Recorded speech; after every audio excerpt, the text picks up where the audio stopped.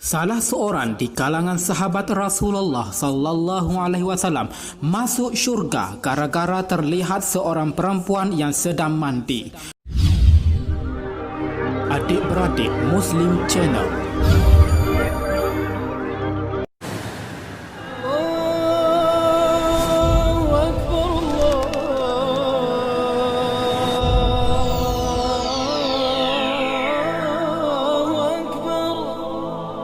Sebelum itu, subscribe channel Adik-beradik Muslim bagi menyebarkan syiar Islam ke seluruh dunia.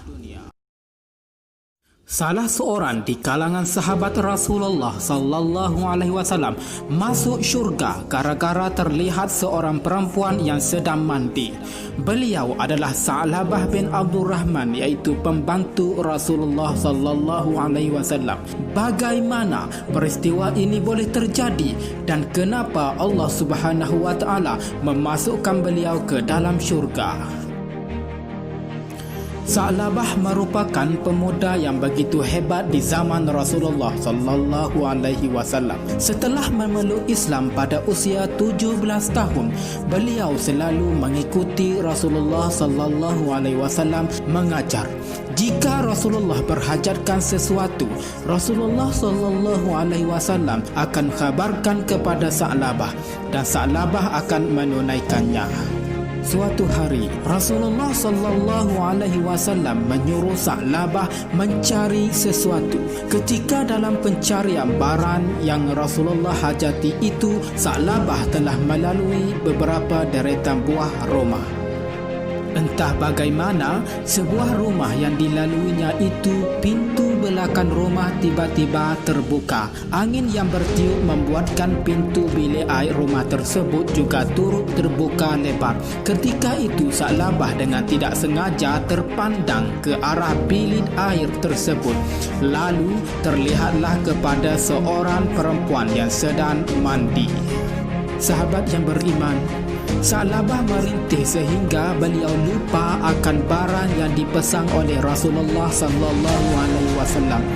Beliau melarikan diri dan terjumpa satu bukit di pinggir Madinah yang di puncaknya ada sebuah gua.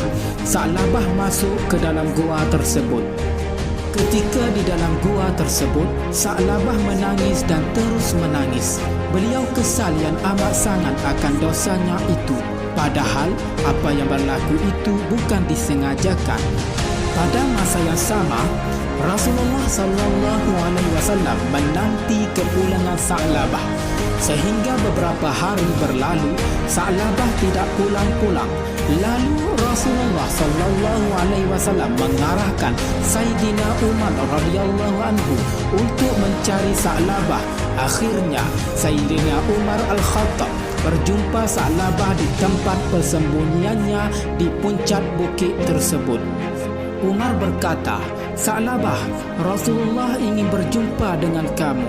Lalu Sa'labah menjawab dalam keadaan ketakutan yang amat sangat, "Kenapa? Sudah turunkah ayat Al-Quran tentang dosaku?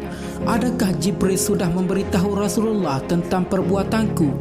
Aku tidak mahu masuk neraka. Aku tidak mahu masuk neraka." Oleh kerana Sa'labah sudah teramat lemah, lalu Sayyidina Umar radhiyallahu anhu memimpinnya pulang ke rumah. Apabila Rasulullah sallallahu alaihi wasallam menziarahinya, Sa'labah dalam keadaan terlentang, lalu Rasulullah sallallahu alaihi wasallam meriba kepala Sa'labah, tetapi Sa'labah mengetepikan kepalanya. Disebabkan hal tersebut, Rasulullah sallallahu alaihi wasallam bertanya, "Kenapa wahai Sa'labah?" Lalu Sa'labah pun menjawab, "Wahai Rasulullah, kepala yang penuh dosa ini tidak layak untuk berada di ribamu." Rasulullah sallallahu alaihi wasallam bertanya lagi, "Apa cita-cita kamu wahai Sa'labah?" Sa'labah radhiyallahu anhu menjawab, "Cita-citaku hanyalah syurga Allah Ta'ala. Tolonglah doakan moga Allah mengampunkan dosa-dosaku." Lalu Rasulullah sallallahu alaihi wasallam berkata kepada Sa'labah, "Wahai Sa'labah, aku jamin kepadamu apa yang kamu mahu dan cita-citamu ini bukti taubatmu." Tidak lama selepas itu, Sa'labah menghembuskan nafasnya yang terakhir di atas reba Rasulullah sallallahu alaihi wasallam.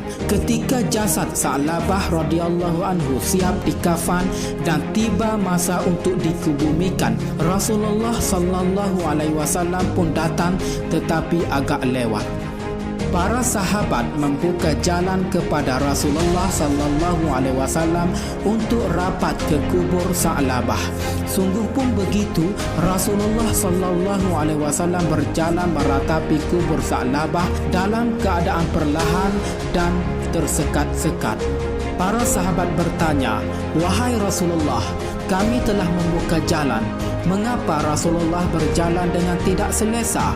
Rasulullah sallallahu alaihi wasallam menjawab, "Kamu tidak dapat melihat betapa ramainya malaikat yang hadir menghantar Sa'labah ke kubur." Jadi, begitulah kisah hidup seorang remaja hebat bernama Sa'labah radhiyallahu anhu. Betapa takutnya beliau dengan azab Allah Subhanahu wa taala walaupun beliau tidak sengaja terpandang seorang perempuan yang sedang mandi, hingga menyebabkan beliau begitu malu bertemu dengan Rasulullah sallallahu alaihi wasallam dan begitu berharap keampunan Allah Subhanahu wa taala. Akhirnya menghembus nafas yang terakhir di riba insan mulia bernama Muhammad bin Abdullah. Malah jasadnya diiringi para malaikat ke kuburnya. Subhanallah. Kepada sahabat yang beriman, jika channel ini baik bagi anda, jangan lupa subscribe, like dan komen.